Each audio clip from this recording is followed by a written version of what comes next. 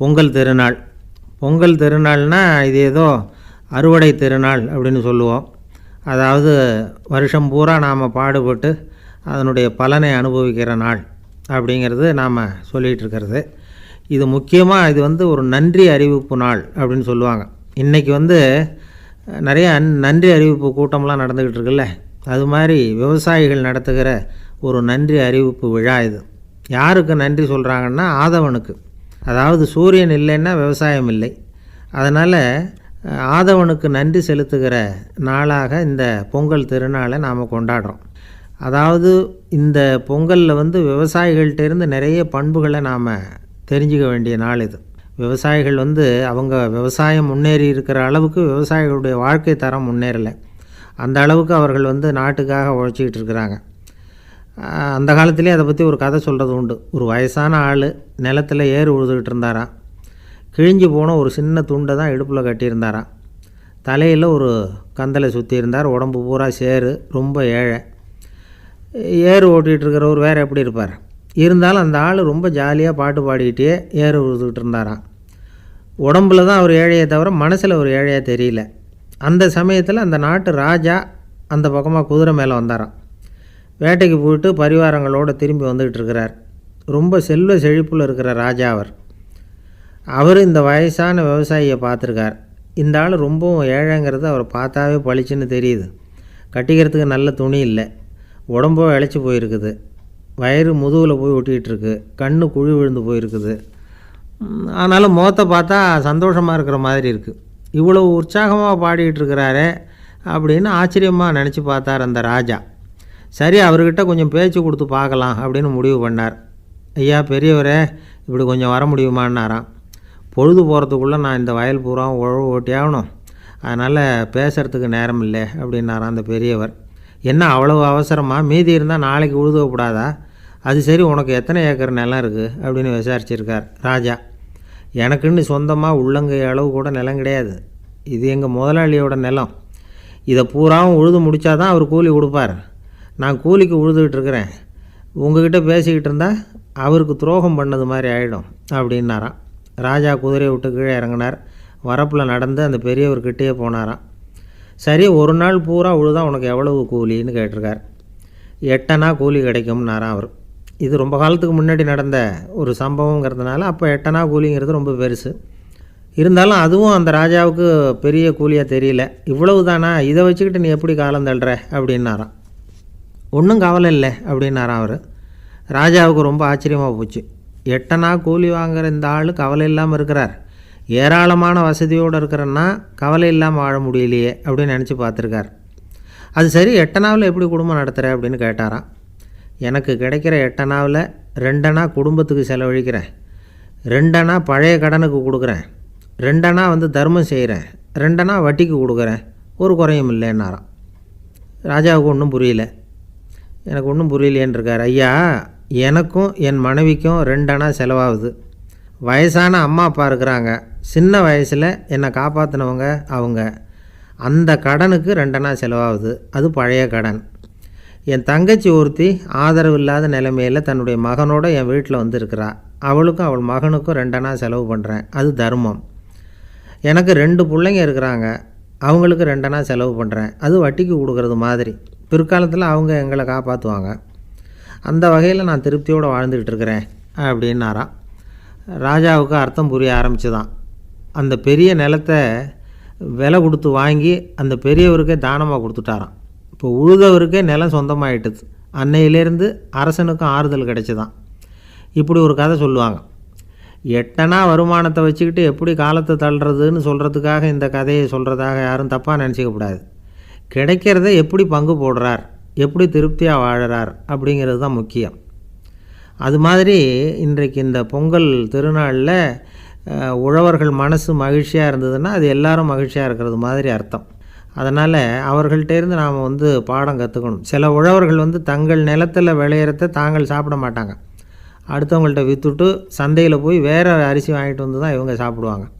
அப்படிப்பட்ட விவசாயிகள்லாம் இது உண்டு. பங்கிடுகிற பண்பை உழவர்கள்ட்டேருந்து கற்றுக்கொள்ளுங்கள் அப்படிம்பாங்க. ஒரு ஆள் நிம்மதியாக மகிழ்ச்சியாக இருந்தானா, உங்கள் நிம்மதிக்கும் மகிழ்ச்சிக்கும் என்ன காரணம்னு கேட்டிருக்கார் இன்னொருத்தர். என்கிட்ட இருந்தது பூராவையும் என் பிள்ளைங்களுக்கு சமமாக பங்கு போட்டு கொடுத்துட்டேன், எனக்குன்னு எதுவுமே வச்சுக்கல, அதுதான் நிம்மதிக்கு காரணம்ன்றிருக்கான். உங்ககிட்ட இருந்தது எவ்வளவு இருந்தது அப்படின்னு கேட்டிருக்காரு அவர். மொத்தமாக ஒரு 50,000 ரூபா இருக்கும் அப்படின்னு இருக்கான். அவ்வளவும் பணமாகவே இருந்ததா அப்படின்னு கேட்டிருக்காங்க இவங்க. இல்லைங்க, அவ்வளவும் கடன், அதை தான் பிரித்து கொடுத்துருக்கேன் பிள்ளைங்கக்கிட்ட அப்படின்னு நானும். அவன் ஒரு அரசன், அவனுக்கு வயசாயிட்டுது. அதனாலேயே இந்த கவலை பயம் எல்லாமும் அதிகமாயிட்டுது. மரண பயம், ராத்திரியில் சரியாக தூங்க முடியல, இப்படி ஆயிட்டுது நிலைமை. அந்த அரசன் ஏற்கனவே எப்படின்னா போர்க்களங்களில் எத்தனையோ பேரை ஓட ஓட விரட்டி இருக்கிறான். இருந்தாலும் இப்போ அந்த துணிச்சல்லாம் எங்கேயோ போயிட்டுது. பேசாமல் படுத்துருக்கிறான். அப்படியே படுத்தாலும் தான் தூக்கம் வர மாட்டேங்குது. என்ன பண்ணலாம்னு யோசித்தான் இந்த மன்னன். உடனே எல்லா அமைச்சர்களையும் கூப்பிட்டான். எனக்கு நிம்மதி இல்லை, எதை நினச்சாலும் பயமாக இருக்குது, எனக்கு ஒரு ஆலோசனை சொல்லுங்க அப்படின்னா. என்ன ஆலோசனை வேணும் அப்படின்னு சொல்லி கேட்டாங்க. எனக்கு ஒரு நெருக்கடியான சந்தர்ப்பம் ஏற்பட்டு போச்சுன்னு வச்சுக்கோங்க.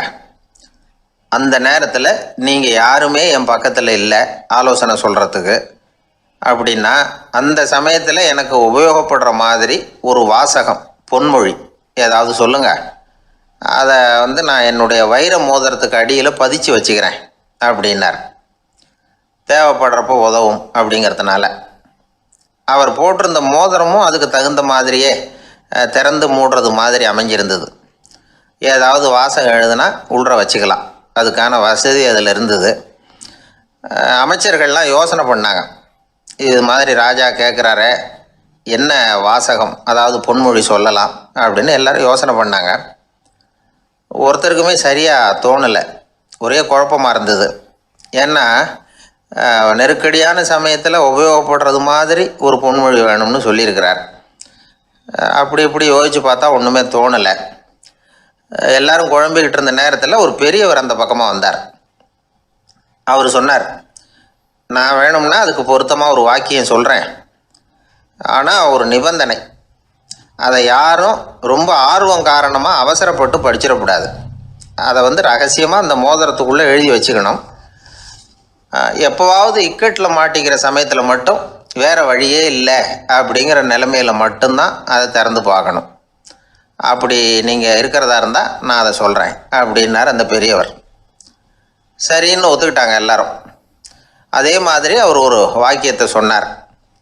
அவர் சொன்ன வாக்கியத்தை ரகசியமாக மோதிரத்துக்குள்ளே பதிச்சு மூடியாச்சு. ராஜா அதை விரலில் மாட்டிக்கிட்டார்.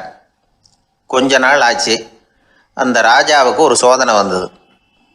என்ன சோதனைன்னா, அடுத்த நாட்டு மன்னன் படையெடுத்துக்கிட்டு வந்துட்டான். அவன் இவர்கிட்ட ஏற்கனவே தோற்று போனவன், ஒரு வெறியில் வந்திருக்கிறான். தோற்று போனவன் மறுபடியும் சண்டைக்கு வந்தால் எப்படி வருவானோ அப்படி வர்றான். ஒரு வெறியில் வந்தால் ஜெயிச்சுட்டான். என்னாச்சு, இவரோட நிலைமைன்னா நாட்டை இழந்துட்டார், எல்லாத்தையும் இழந்துட்டார். கடைசியாக ஒரு அடிபட்ட குதிரையில் ஏறி தப்பிச்சு போயிட்டார், வேறு வழி இல்லைன்னு. பின்னாடி துரத்திக்கிட்டு வராங்க. இவர் ஒரு மலை உச்சிக்கு போயிட்டார், அதுக்கும் அப்பால் போக முடியாது, ஏன்னா அந்த பக்கம் பயங்கர பள்ளம். உல்லாச பயணிகள் கண்டு கழிக்கிற இடம் அது. ஆனால் இவருக்கு அது சாவு பயணத்தின் வாசல், திரும்பவும் முடியாது, அவ்வளவு குறுகிய பாதை அது, வேறு வழியே இல்லை. இந்த நேரம் சூரிய ஒளி மோதிரத்தில் பட்டு மின்னிச்சு. உடனே இவருக்கு ஞாபகம் வந்தது. மோதிரத்தை திறந்து படிக்கிறார். அதில் இருந்த வாசகம், இந்த நிலையும் மாறிவிடும், this too will pass away. அவருக்கு ஒரு தைரியம் வந்தது. பின்னாடி வந்தவங்களும் திசை மாதிரி வேறு எங்கேயோ தேடி போயிட்டாங்க. அவங்க விரட்டிக்கிட்டு வரலன்னா இவ்வளவு அழகான ஒரு இடம் இருக்கிறதே எனக்கு தெரியாமல் போயிருக்குமேன்னு நினச்சார். இவ்வளவு அழகை ரசிக்கிறதுக்காக ஒரு நாட்டையே கூட இழக்கலாம்னு தோணுச்சு அவருக்கு. அமைதியாக அந்த அழகை ரசித்தார். எதிரிகள்லாம் எங்கேயோ போயிட்டாங்க. மன்னர் நாடு திரும்பினார். மறுபடியும் படைகளை திரட்டினார். கொஞ்ச நாளில் படை எடுத்துக்கிட்டு போனார். யாருக்கிட்ட தோற்று போனாரோ அவரையே வெற்றி கண்டு திரும்பி வர்றார். வரவேற்பு விழா பிரமாவப்படுது. ஆடல் பாடல் கோலாகலம். இதை பார்த்ததும் அந்த ராஜாவுக்கு தலைகால புரியல. நம்மளை இனிமேல் யாராலையும் ஜெயிக்க முடியாதுன்னு நினச்சார். அகம்பாவம் லேசாக எட்டி பார்த்தது. இப்போ மறுபடியும் சூரிய ஒளிப்பட்டு மோதிரம் மின்னிச்சு. அதை திறந்து மறுபடியும் படிக்கிறார். இந்த நிலைமையும் மாறிவிடும், this too will pass away. அவ்வளவுதான். அவர் மனசு அடங்க ஆரம்பிச்சுட்டுது. ஆணவம் போயிட்டுது.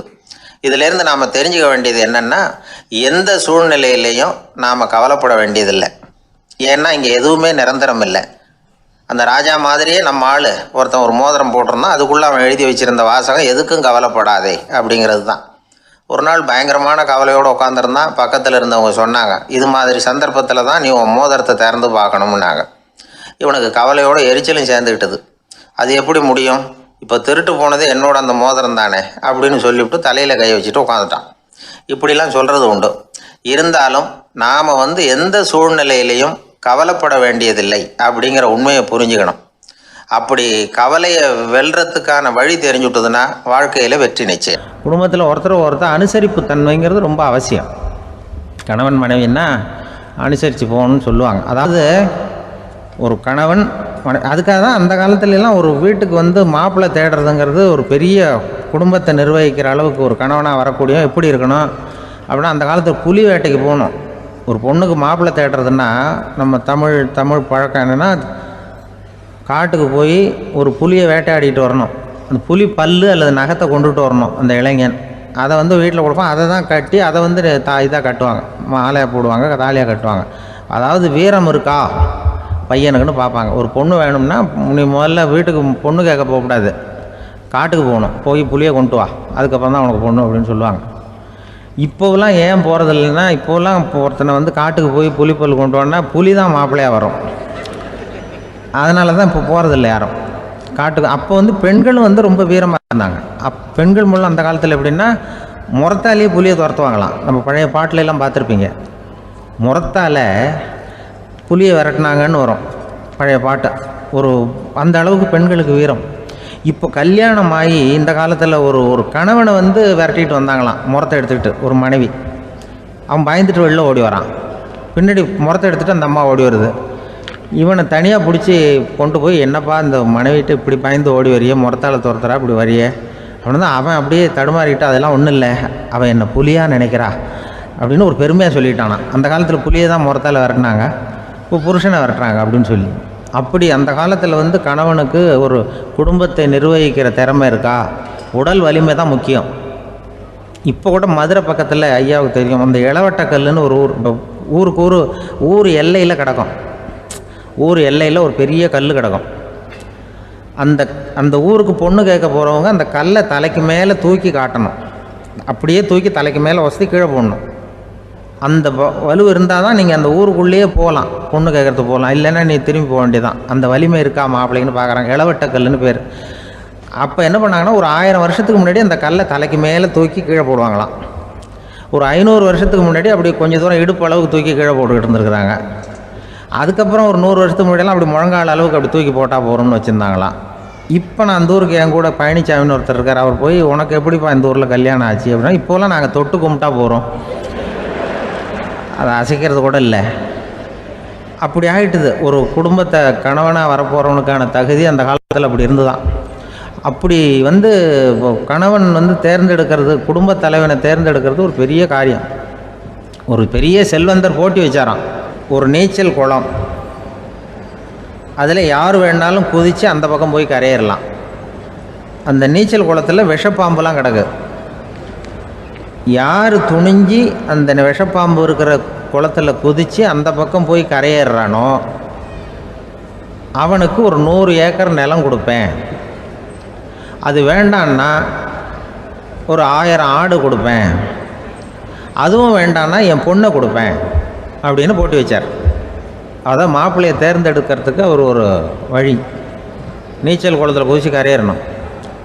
இப்போ அந்த ஊரில் இருக்கிற இளைஞர்கள்லாம் பார்க்குறாங்க அந்த குளத்தில் குதிக்கணும்னு.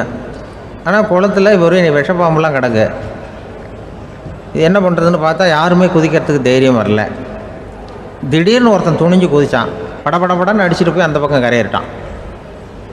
கரையேறின உடனே பரவாயில்லையே ஒரு ஆள் வந்துட்டான்னு சொல்லி அவனை அந்த இளைஞனை போய் பிடிச்சிட்டு வந்தாங்க. அந்த பெரியவர் கேட்டார், ஏப்பா இவ்வளவு பெரிய விஷப்பாம்பெல்லாம் கிடக்கிற நீச்சல் குளத்தில் நீ துணிஞ்சு குதித்து கரையேறி இருக்கிற, உனக்கு என்ன 1000 ஏக்கர் நிலம் கொடுத்துறவா, 100 ஏக்கர் நிலம் கொடுக்கவா சொல்கிறப்படி அப்படின்னா, வேண்டாம் சார்ன்றான். ஓஹோ அப்படின்னா ஒரு 1000 ஆடு வேணுமா உனக்கு அப்படின்னா, அதுவும் வேண்டாம் சார். ஓ அப்படின்னா என் பொண்ணு வேணுமா அப்படின்னா, அதுவும் வேண்டாம் சாருங்கிறான். அப்புறம் எதுக்குடா குதிச்சு என்ன உனக்கு என்ன தான் வேணும் அப்படின்னு கேட்டிருக்காரு. என்னை எவன் பிடிச்சி தள்ளி விட்டவன்னு தெரியணும் அப்படின்ட்டுருக்கான். அதுக்காக அவன் பார்த்துருக்கான். அப்படி இருந்தால் தான் துணிச்சல் வரும் இந்த காலத்தில். எதுக்கு இவ்வளவு சங்கடம்லாம் வச்சாங்கன்னா, ஒரு குடும்பத்துக்கு தலைவராக வர வேண்டிய ஒரு ஆள், கணவனாக இருக்க வேண்டியவனுக்கு துணிச்சல் இருக்கா, தைரியம் இருக்கா அப்படிங்கிறது பார்க்குறதுக்காக இப்படிப்பட்ட தேர்வு முறைகள்லாம் வச்சுருந்தாங்க அந்த காலத்துலலாம்.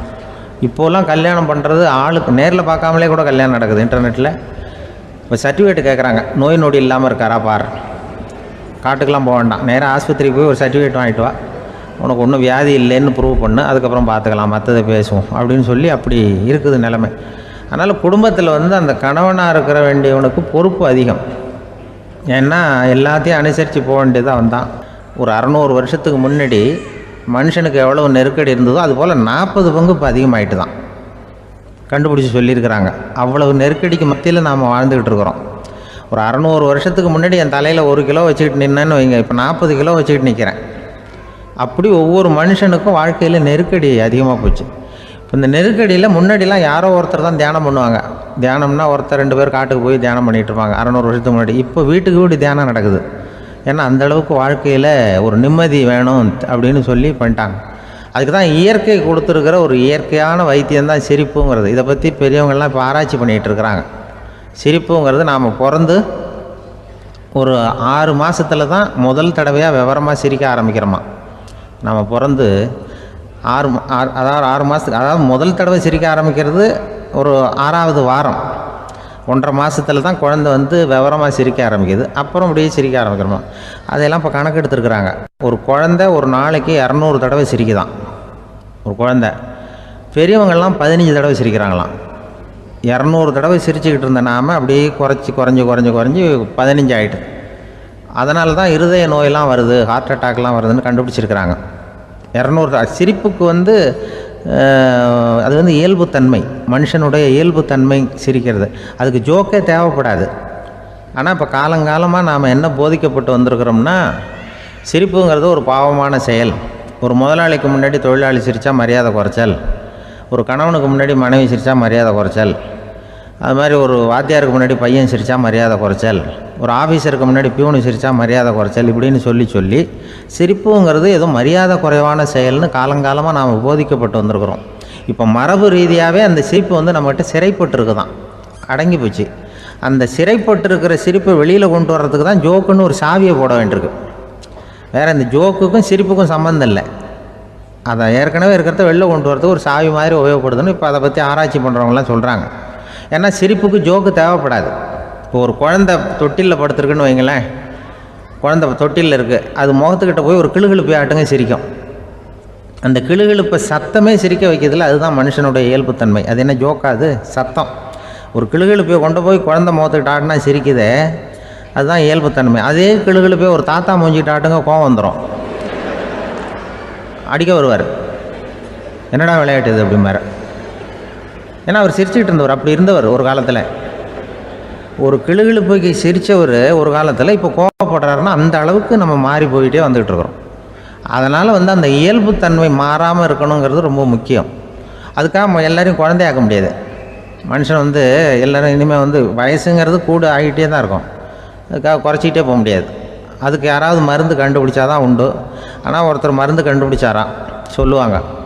ஒரு டாக்டர் ஒரு மாத்திரை கண்டுபிடிச்சாராம். ஒரு மாத்திரை சாப்பிட்டா ஒரு வயசு குறையும், ஒரு மாத்திரை சாப்பிட்டா ஒரு வயசு குறையும் அப்படின்னு ஒரு மாத்திரையை கண்டுபிடிச்சிருக்காரு. ஒரு பாட்டி அம்மா, 90 வயசு பாட்டி, அது போயிருக்கு. அதே டாக்டர்கிட்ட போய், ஐயா எனக்கு ஒரு பாட்டில் மாத்திரை கொடுங்க, இந்த வயசு குறையிற மாத்திரை அப்படின்றது. அவர் ஒரு பாட்டில் கொடுத்தாரு மாத்திரை. பாரும்மா பாட்டியம்மா, ஒரு மாத்திரை சாப்பிட்டா ஒரு வயசு குறையும், எடுத்துகிட்டு போகணும்னு கொடுத்துருக்காரு டாக்டர். இந்த 90 வயசு பாட்டி எடுத்துகிட்டு வீட்டுக்கு வந்துட்டு மறுநாள் அதே டாக்டர்கிட்ட போயிருக்கு. 30 வயசு பொண்ணாக போச்சான். 30 வயசு பொண்ணாக மாறி அதே டாக்டர்கிட்ட போயிருக்கு. இடுப்பில் ஒரு கை குழந்தை, அது சட்டை கிட்ட போடாமல் கட்டவரில் வாயில் வச்சுட்டு உட்காந்துருக்கு. நேராக டாக்டர்கிட்ட போய், டாக்டர் நேற்று வந்தேன், ஏதோ ஒரு மாத்திரை சாப்பிட்டா ஒரு வயசு குறையுன்னீங்க, நான் ஏதோ ஒரு ஆர்வத்தில் ஒரு 30-40 மாத்திரை சாப்பிட்டேன், இப்படி ஆகிட்டேன் அப்படின்னு. இப்போ டாக்டர் சொல்லியிருக்காரு, இதுக்கு ஏமா வருத்தப்படுற, எல்லோரும் வயசு குறையணும்னு தான் நினைக்கிறாங்க, உனக்கு வயசு குறைஞ்சிட்டுது, நீ சந்தோஷப்படு, இதுக்கே மறுபடியும் என்னட்ட வந்திருக்கிற அப்படின்னாரான் டாக்டர். அப்போ அந்த அம்மா சொல்லிச்சான், அதை என்னை பற்றி பரவாயில்ல டாக்டர், என் இடுப்பில் பாருங்கள் கை குழந்தை, இது சட்டை போடாமல் உட்காந்துருக்கு, கட்டவரில் வேலை வச்சுட்டு உட்காந்துருக்கு, இது ரொம்ப ஆர்வத்தில் ஒரு 70 மாத்திரையை சாப்பிட்டு விட்டுது, இது என் வீட்டுக்காரரு. இவர் இடுப்பு விட்டு கீழே இறங்க மாட்டேங்கிறாரு. நான் எதையாவது கொடுத்து இனிமேதான் வயசை கூட்டி இறக்கி விடுவேன் டாக்டர் அப்படின்னு தான். அவர் ஏதோ நமக்கும் இதுக்கும் சம்மந்தம் இல்லைங்கிறது மாதிரி கட்டாரில் வச்சுட்டு அவர் பாட்டு உட்காந்துருக்கார். ஏதோ நமக்கு இந்த உலகமே இல்லை, நமக்கு சம்மந்தம் இல்லைங்கிற மாதிரி உட்காந்துருக்காரு. இப்படியே நான் தூக்கிட்டு எங்கே அலையிறது அப்படின்னு தான். அதனால் வயசை குறைக்கிறது இயற்கைக்கு விரோதமாக நாம் பண்ண முடியாது. ஆனால் இந்த இயல்பு தன்மை மாறாமல் வச்சுக்கலாம். குழந்தை மாதிரி மாற முடியாதே தவிர அந்த குழந்தை தன்மையோடு வாழறதுக்கு கற்றுக்கணும். அதுதான் வாழ்க்கையில் இன்பமாக வாழறதுக்கு வழி. குழந்தைத்தனமாக இருக்கக்கூடாது, குழந்தை தன்மையோடு இருக்கணும்னு சொல்லுவாங்க. குழந்தை தன்மைங்கிறது வேறு, குழந்தைத்தனம்ங்கிறது வேறு. அப்படி ஒரு மாத்திரை கண்டுபிடிச்சிட்டா இப்போ யாராவது ஒருத்தவங்க இடுப்பில் குழந்தைய தூக்கிட்டு போனால் போய் கேட்கணும், ஏம்மா இது ஏன் வீட்டுக்காரரா உன் குழந்தையா அப்படின்னு கேட்டு அதுக்கப்புறம் அவருக்கு வணக்கம் சொல்லணும். இப்படிலாம் ஆகிடும் நிலைமை. இயற்கையை நம்ம மாற்ற முடியாது, அதுக்கு தகுந்தாப்புல தான் நாம் பண்ணணும். குழந்தை தன்மையோடு வாழறதுக்கு குடும்பத்தில் குழந்தை தன்மைங்கிறது எப்படின்னா, இப்போ சில பேருக்கு அந்த குழந்தைத்தன்மை உண்டு. ஒரு வீட்டில் ஒரு புள்ள படுத்துருக்கு, அம்மா எழுப்புறாங்க, காலேஜுக்கு நேரமாச்சு எழுந்திரிப்பா, காலேஜுக்கு நேரமாச்சு எழுந்திரிப்பா அப்படின்ட்டு. அந்த அம்மா அந்த புள்ளை சொல்லியிருக்கு, ஐயோ எனக்கு காலேஜுக்கு போகிறதுக்கே பிடிக்கலம்மா, என்னை தொந்தரவு பண்ணாத, காலேஜுக்கு போகிறதுக்கு எனக்கு பிடிக்கல அப்படின்னு தான். அப்போ அந்த அம்மா சொல்லியிருக்கு, ஏன் உனக்கு காலேஜுக்கு போகிறதுக்கு பிடிக்கல, கல்லூரிக்கு போகிறதுக்கு, அதுக்கு 2 காரணம் சொல்லு அப்படின்னு இருக்கா. அப்போ அந்த புள்ளை சொல்லிச்சான், ஏன் பிடிக்கலன்னா கல்லூரியில் இருக்கிற வாத்தியாருக்கும் என்னை பிடிக்க மாட்டேங்குது, ஆசிரியர்களுக்கும். 2வது காரணம், கல்லூரியில் படிக்கிற மாணவர்களுக்கும் என்னை பிடிக்கல, அதனால் நான் காலேஜுக்கு போக மாட்டேன்ற குழந்தை புள்ள சொல்லியிருக்கு. அம்மா அப்படிலாம் நீ இதுக்காக போகாமல் இருக்கக்கூடாது, நீ போய் தான் ஆகணும் அப்படின்னு பிடிவாதமாக அந்த அம்மா பிள்ளைய எழுப்புனாங்களாம். சரி நான் எதுக்கு காலேஜ் போகணும்னு சொல்கிறேன், அதுக்கு நீ 2 காரணம் சொல்லு அப்படின்னு தான் அந்த புள்ள. அப்போ அந்த அம்மா சொன்னாங்களாம், நீ ஏன் காலேஜுக்கு போகணும்னா முதல் காரணம் உனக்கு வயசு 52, 2வது காரணம் நீ தான் பிரின்சிபால் அப்படின்னு தான். என்ன இருந்தாலும் அவங்க அம்மாவுக்கு அது புள்ள தானே, அதுதான் குழந்தை தன்மைங்கிறது. 52 வயசுலேயும் குழந்தை தன்மையோடு இருக்கார் பாருங்கள், அதுதான் அந்த குழந்தை தன்மையோடு வாழறது தான் வெற்றிக்கு வழின்னு சொல்லுவாங்க. இந்த உலகத்தில் எத்தனை வகையான மனிதர்கள் இருக்கிறாங்க, ஒவ்வொரு மனிதனுமே ஒவ்வொரு வகை அப்படிங்கிறாங்க விஞ்ஞானிகள். மனிதர்களை 3 வகையாக பிரிக்கலாம் அப்படின்னு சொல்கிறாங்க மெய்ஞானிகள். இவங்களை பற்றிலாம் ஏற்கனவே நாம் பேசியிருக்கிறோம். இப்போ டாக்டர் எட்வர்டு பேட்ச் அப்படிங்கிற நிபுணர் என்ன சொல்கிறார் தெரியுமா? மனிதர்களை 7 வகையாக பிரிக்கலாம்ங்கிறார். மனிதர்களின் மனநிலை அடிப்படையில் அவங்கள 7 விதமாக வகைப்படுத்துகிறார் அவர். சரி, அது என்ன 7 வகை? முதல் வகை என்னன்னா, பயந்த குணம் உள்ளவங்க. சார் ரொம்ப பயந்த சுபாவம், வீட்டில் கூட வாயே திறக்க மாட்டார், சாப்பிட போகிறப்ப மட்டும்தான் கொஞ்சம் வாயை திறப்பார், அப்புறம் மூடிக்குவார் அப்படின்னு சில பேரை பற்றி நாம் பேசிக்கிறது உண்டு. இவங்கள்லாம் இந்த வகை, அதாவது பயந்த குணம் உள்ளவர்கள் அப்படிங்கிற முதல் வகை. சரி, 2வது வகை என்னன்னா, சஞ்சலப்படுகிறவர்கள், எதுக்கு எடுத்தாலும் கலக்கம், குழப்பம், இப்படியே காலம் தள்ளிட்டு இருப்பாங்க. பல பேர் பார்த்துருப்பீங்க, அவங்கெல்லாம் இந்த வகை. 3வது வகை என்னன்னா, யதார்த்த உலகை மறந்து கற்பனை உலகத்திலேயே மிதக்கிறவங்க. இளைஞர்கள், கவிஞர்கள், இப்படி பல பேர் இருக்கிறாங்க. எப்போ பார்த்தாலும் கற்பனை உலகத்திலேயே மிதந்துக்கிட்டு இருப்பாங்க. கிட்டத்தில் போய் என்னங்க ஒரு மாதிரியாக இருக்கிறீங்க அப்படின்னு கேட்டு பாருங்கள், அவங்களெல்லாம் ஏதோ ஒரு அற்ப புழுவை பார்க்குறது மாதிரி அவங்கள பார்ப்பாங்க. அதுவும் அந்த வானத்து நிலாவை பாருங்கள், அது என்னை வா வான்னு கூப்பிடுது, எனக்கு சீக்கிரத்தில் ஒரு நாள் சிறகுகள் முளைக்கும், சிறகடித்து வானத்தில் பறந்து போவேன், அந்த செல்ல நிலாவை கொஞ்சிவிட்டு வருவேன், இப்படிலாம் பேசிகிட்டு இருப்பாங்க. கொஞ்சிறது அப்புறம் இருக்கட்டும், இப்போ கஞ்சிக்கு வழியே பாருப்பா அப்படின்னா அதை காதில் வாங்க மாட்டாங்க. நாம் ஏதோ இந்த உலகத்தை அனுபவிக்க தெரியாதவர்கள் மாதிரி நம்மளை அவங்க கவனிப்பாங்க. இப்படி ஒரு ரகம். 4வது வகை மனிதர்கள் எப்படின்னா, இவங்க தனிமை உணர்வு மிக்கவர்கள். இவங்க மற்றவங்களோட இயல்பாக நெருங்கி பழகிறதில்ல, தான் உண்டு தன்னுடைய வேலை உண்டுன்னு இருந்துட்டு போகிறவங்க. அடுத்த வீட்டில் இருக்கிறவர் யார் அப்படின்னு கேட்டால் கூட அடுத்த வீடுன்னு ஒன்று இருக்கா அப்படிங்கிறது மாதிரி நம்ம முகத்தை பார்ப்பாங்க. அவங்ககிட்ட மேற்கொண்டு நாம் என்னத்தை பேச முடியும்? இப்படி ஒரு வகை. 5வது வகை மனிதர்கள் எப்படின்னா, இவங்க மற்றவங்க செல்வாக்குக்கு உட்பட மறுப்பவர்கள். அடுத்தவங்களோட செல்வாக்குக்கு இவங்க ஆட்படுறதில்லை. நான் யார் தெரியுமான்னு கேட்டால் அதை தெரிஞ்சுட்டு எனக்கு என்ன ஆக போகுதும்பாங்க. இவங்கெல்லாம் அந்த ரகம். 6வது வகை மனிதர்கள் எப்போவும் எதுலேயும் பற்று இல்லாமல் இருக்கிறவங்க. இது ஒரு துறவு மனப்பான்மை. இயல்பாகவே சில பேர் இப்படி உண்டு, அவங்களுக்கு எதுலேயும் ஒரு ஈடுபாடு இருக்காது. அப்படிப்பட்டவங்கெல்லாம் 6வது வகை. 7வது வகை மனிதர்கள் மற்றவங்க கவலையை தன்னுடையதாக ஆக்கிக்கிட்டு கவலைப்படுறவங்க. இவங்கெல்லாம் மகாத்மாக்கள். தாம் வேறு அடுத்தவங்க வேறு அப்படிங்கிற எண்ணம் இவங்களுக்கு வர்றதில்லை. அதனால் அடுத்தவங்களுக்கு ஒரு துன்பம் வந்ததுன்னா இவங்களால சும்மா இருக்க முடியறதில்லை. ஆகக்கூடி இப்படி 7 விதமான மனிதர்களை அடையாளம் காட்டுறார் அந்த நிபுணர். இதில் நாம் எந்த வகையில் வர்றோம் அப்படிங்கிறத நாம் தான் அடையாளம் கண்டுபிடிக்கணும். எனக்கு தெரிஞ்ச ஒரு மனிதர் உண்டு. அவர் ஒரு வித்தியாசமான வகை. எதையும் நடைமுறை சாத்தியமாக சிந்திக்கிறவர். எப்போவும் அடுத்தவங்களும் நல்லா இருக்கணும், நாமும் நல்லா இருக்கணும் அப்படின்னு ஆசைப்படுறவர். அவருக்கு ஒரு சமயம் திடீர்னு உடம்பு சுகம் இல்லாமல் போயிட்டுது. டாக்டர்கிட்ட போனார், பணம் கொடுத்தார், வைத்தியம் பார்த்துக்கிட்டார். அவர் எழுதி கொடுத்த மருந்து சீட்டை வாங்கினார். ஒரு மருந்து கடைக்கு போனார், பணம் கொடுத்தார், மருந்து வாங்கினார். அதை எடுத்துகிட்டு வீட்டுக்கு வந்தார். அதுக்கப்புறம் அந்த மருந்து அவர் சாப்பிட்ணும்ல, சாப்பிடவே இல்லை, அப்படியே சும்மா வச்சுட்டார். அவரை பார்த்து கேட்டேன், ஏன் சார் இப்படி பண்ணுறீங்க, வீண் செலவு தானே இது, நீங்கள் ஏன் டாக்டர்கிட்ட போய் பணம் செலவு பண்ணினீங்கன்னு கேட்டேன். அவர் சொன்னார், டாக்டர் வாழணும் இல்லையா, அதனால தான் அப்படின்னார். சரி, அப்புறம் ஏன் மருந்து வாங்கினீங்க அப்படின்னு கேட்டேன். மருந்து கடைக்காரர் வாழணும் இல்லையா, அதனால தான் அப்படின்னார். சரி, அப்புறம் ஏன் வாங்கின மருந்து சாப்பிடாம வச்சுட்டீங்க அப்படின்னதுக்கு, நான் வாழணும் இல்லையா, அதனால தான் அப்படின்னார். இவர் வாழ்க்கையை புரிஞ்சுக்கிட்டவர். இப்படி வாழ்க்கையை புரிந்து கொண்டு வாழ தெரிஞ்சுக்கணும். எந்த வகை மனிதர் நாம் அப்படிங்கிறத புரிஞ்சுக்கிட்டு வாழ்ந்தோம்னா வாழ்க்கையில் வெற்றி நிச்சயம். என்ன சார் உங்கள் பையன் என்ன செஞ்சுக்கிட்டு இருக்கிறான் இப்போ அப்படின்னு கேட்டார் ஒருத்தர். அடிக்கடி கண்ணாடி முன்னாடி நின்று அழகு பார்த்துக்கிட்டு இருக்கிறான் சார் அப்படின்னார் அப்பா. இளம் பருவம் இப்படி தான் இருக்கும், அதையெல்லாம் சாதாரணமாக நினச்சிடாதீங்க அப்படின்னார் அவர். என்ன சார் சொல்கிறீங்க, கண்ணாடி முன்னாடி நின்றுக்கிட்டு நேரத்தை வீணாக்கிக்கிட்டு இருக்கான், அதை ஒரு பெரிய விஷயமா நான் நினைக்கணுமா அப்படின்னார் இவர். இளம் பருவத்தில் இளைஞர்களுக்கும் சின்ன பொண்ணுங்களுக்கும் அடிக்கடி கண்ணாடியில் பார்க்கணும்னு தோணும். அது வெறுமனே அழகு பார்க்கறது மட்டும் இல்லை, அவங்க தங்களையே தேடி கண்டுபிடிக்கிற ஒரு முயற்சி அது. இது ஒரு மனோதத்துவ விளைவு. இது வரைக்கும் சின்ன பிள்ளையா இருந்துட்டோம், இனிமேல் நாமளும் மற்றவங்க மாதிரி மனிதர்கள் தான் அப்படிங்கிற உணர்வு அவங்களுக்கு வருது.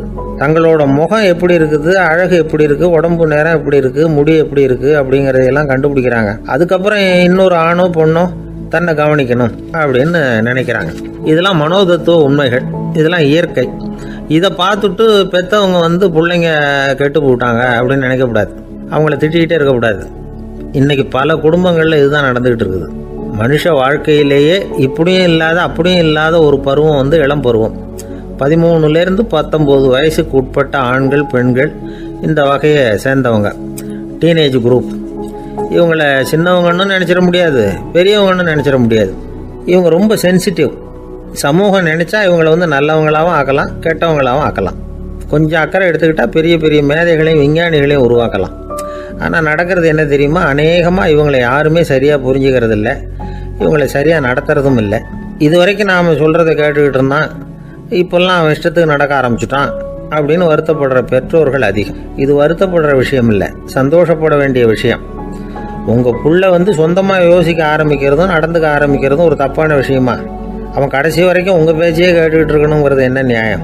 இன்றைக்கி இளைஞர்களை பெரியவங்க தப்பாக புரிஞ்சுக்கிட்டு தவறாக நடத்துறதுனால தான் அவங்களுக்கு வெறுப்பு, எரிச்சல், மனக்கசப்பு எல்லாம் உண்டாகுது. பெற்றவங்க சரியாக மதிக்கிறது இல்லை அப்படிங்கிற ஒரே காரணத்தினாலேயே வீணாக போகிற பிள்ளைங்க இன்றைக்கி அதிகம். சரி, பெற்றவங்களுக்கு இன்றைக்கி என்ன தான் புத்தி சொல்ல வர்றீங்க அப்படின்னு கேட்குறீங்களா? நாம் எதையும் சொல்ல வரல, ஆனால் அது சம்பந்தமான சில நிபுணர்கள் சொல்லியிருக்கிறத உங்கள் காதில் போட்டு வைக்கலாம். அது என்னென்னா, பிள்ளைங்க கிட்ட அன்பு செலுத்துங்க. குழந்தையா இருந்தப்போ எவ்வளவு பாசமாக இருந்தீங்க, வளர வளர அதை ஏன் குறைச்சிக்கிறீங்க? பெற்றவங்களின் அன்பான வார்த்தைகளுக்கு ஏங்குறவங்க தான் இன்றைய இளைஞர்கள். அவங்க எதை சொன்னாலும் அதை அக்கறையாக காது கொடுத்து கேளுங்க, அலட்சியப்படுத்தாதீங்க. அவங்க விரும்புறது உங்ககிட்ட இருந்து ஒரு மதிப்பு, மரியாதை, அங்கீகாரம், இவ்வளவுதான். அவங்க அவங்களாவே முடிவுகள் எடுக்கட்டும், அதுக்கு நீங்கள் உதவியாக இருங்க, அது போதும். மற்றவங்க முன்னாடி, முக்கியமாக அவங்க நண்பர்கள் முன்னாடி அவங்கள பற்றி மட்டமாக பேசாதீங்க. அவங்கக்கிட்ட பொய் சொல்லக்கூடாது. நீங்கள் சொன்னது பொய்ன்னு தெரிஞ்சு போச்சுன்னா உங்கள் பேரில் அவங்களுக்கு இருக்கிற மதிப்பு போயிடும், நம்பிக்கை போயிடும். அவங்களுக்கு முன்னாடி நீங்கள் சண்டை போடக்கூடாது. உங்கள் பிள்ளைய எப்பவும் இன்னொரு பிள்ளையோட ஒப்பிட்டு பேசுகிற வேலையே வேணாம். கூட பிறந்த மற்றவங்களோட கூட ஒப்பிடக்கூடாது. இப்படி செஞ்சால் அவன் உங்ககிட்டையும் பிரியமாக இருக்க மாட்டான், அவங்ககிட்டையும் பிரியமாக இருக்க மாட்டான். புள்ள எங்கே போகிறான், என்ன பண்ணுறான் அப்படின்னுலாம் துப்பறிஞ்சிக்கிட்டு இருக்கக்கூடாது. இளைஞர்கள் தனிமையை விரும்புகிறவங்க. அவங்கள பெட்டியில் வச்சு மூடி பாதுகாக்கணும்னு நினைக்கக்கூடாது. அவங்கள எப்படி பாதுகாக்கிறது அப்படிங்கிறது அவங்களுக்கே தெரியும். உங்கள் புள்ள எப்படி நடந்துக்கணும்னு நீங்கள் எதிர்பார்க்குறீங்களோ அது மாதிரி நீங்கள் நடந்து காட்டுங்க, அது போதும். ஒரு வீட்டில் அப்பாவும் அம்மாவும் பேசிக்கிட்டு இருக்கிறாங்க. என்னங்க நம்ம பொண்ணு பெரியவளாயிட்டா, அடிக்கடி கண்ணாடி முன்னாடி போய் நின்றுக்கிட்டு இருக்கிறா, சீக்கிரமாக ஒரு பையனை பார்த்து கல்யாணத்தை முடிக்காமல் இப்படி மசன்னு கல் மாதிரி உட்காந்துருக்குறீங்களே அப்படின்னு சத்தம் போட்டாங்க. அந்த அம்மா, அவசரப்படாத, பார்க்கறதுக்கு கண்ணுக்கு அழகாக லட்சணமாக புத்திசாலியாக ஒரு பையன் கிடைக்க வேணாமா, அதுதான் பார்த்துக்கிட்டு இருக்கிறேன் அப்படின்னாரு அப்பா. இதுக்கு அந்த அம்மா சொல்கிறாங்க, எங்கள் அப்பா இப்படியெல்லாம் நினச்சிக்கிட்டு இருந்திருந்தா எனக்கு கல்யாணமே ஆயிருக்காது தெரியுமா அப்படின்னாங்களாம்.